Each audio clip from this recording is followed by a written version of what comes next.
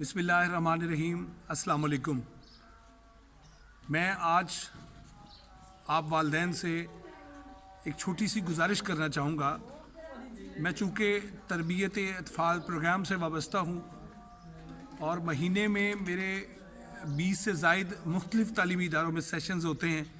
میرا بچوں سے بہت انٹریکشن ہے اور میں سمجھتا ہوں یہ بچے ہماری ذمہ داری ہیں اور ہمیں ان بچوں کو ان کے ساتھ کوآپریٹ کرنا چاہیے، ان کو سمجھنا چاہیے، ان کو بہترین تربیت دینی چاہیے۔ ایک چیز جو میں آج آپ لوگوں کو کہنا چاہتا ہوں کہ میں نے نوٹ کیا ہے کہ بہت سے بچے جو ہیں وہ بنا ناشتہ کیے اسکول آتے ہیں، کچھ کھایا پیا نہیں ہوتا۔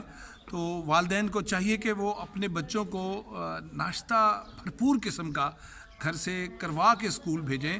اور ایک بچہ مجھے ابھی ملا، وہ 4 ملکوں میں زیر تعلیم رہا۔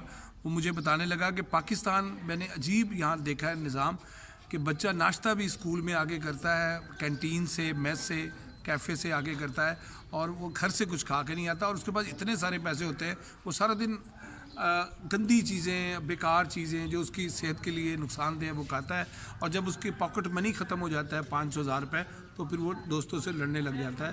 اور اس بچے کا کہنا یہ تھا کہ یہاں اسکولوں میں بچے پڑھنے کے لیے نہیں بلکہ کھانے پینے کے لیے آتے ہیں۔ تو میں یہاں آپ والدین سے یہ گزارش کرنا چاہوں گا کہ آپ اپنے بچے کو ایک تو ناشتہ بھرپور کروا کے اسکول بھیجا کریں، اس سے خالی پیٹ نہ بھیجا کریں، اور دوسرا اس کو لنچ ساتھ دے کے بھیجا کریں۔ آپ بچے کو اگر لنچ دے کر بھیجیں گے تو آپ کا بچہ جو ہے وہ کینٹین کی غلط چیزیں یا اس کی صحت کو نقصان دینے والی چیزیں نہیں استعمال کرے گا، کھائے گا، پیے گا، بلکہ وہ اپنے گھر سے لایا ہوا لنچ کھائے گا، اور اس سے آپ کا بچہ صحت مند بھی رہے گا۔ اللہ تعالیٰ آپ کو اس بات پر عمل کرنے کی توفیق دے۔